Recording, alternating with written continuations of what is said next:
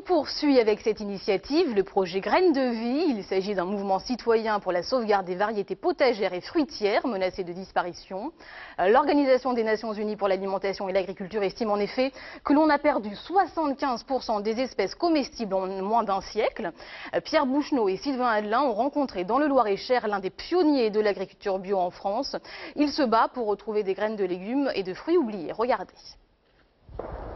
À la ferme de Sainte-Marthe à Millancé, dans le Loir-et-Cher, cela fait 40 ans que Philippe Desbrosses, l'un des pionniers de l'agriculture biologique en France, se bat pour retrouver et diffuser des graines de légumes et de fruits oubliés. Un rapport de l'ONU et de la FAO vient de souligner l'urgence de ce combat.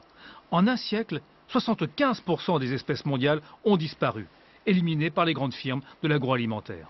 Le fait de standardiser tout, c'est de priver les semences, les plantes, de leur capacité et de leurs aptitudes à faire face à des problèmes nouveaux qui vont forcément se produire dans l'avenir.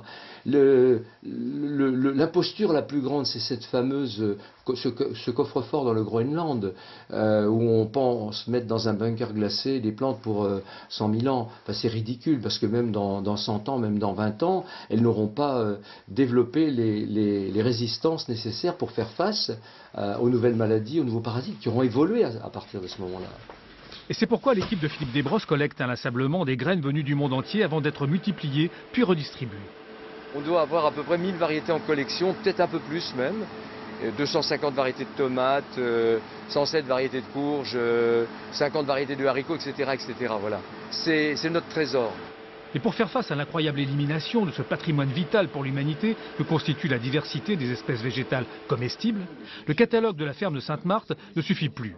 D'où le lancement de l'opération Graines de Vie, qui consistera à distribuer gratuitement des graines et à former des jardiniers pour qu'ils les transmettent à leur tour. C'est aussi que les gens s'approprient ce qui constitue leur sécurité alimentaire, ce qui constitue leur souveraineté alimentaire. C'est très important qu'on puisse démocratiser les graines, qu'on puisse diffuser les graines. C'est comme l'air et l'eau, ça fait partie de... Ça ne doit pas être capté par quelques-uns au détriment de tous les autres. C'est pas possible. Donc il faut absolument que nous puissions créer un vaste réseau, un grand élan populaire pour sauver les variétés traditionnelles.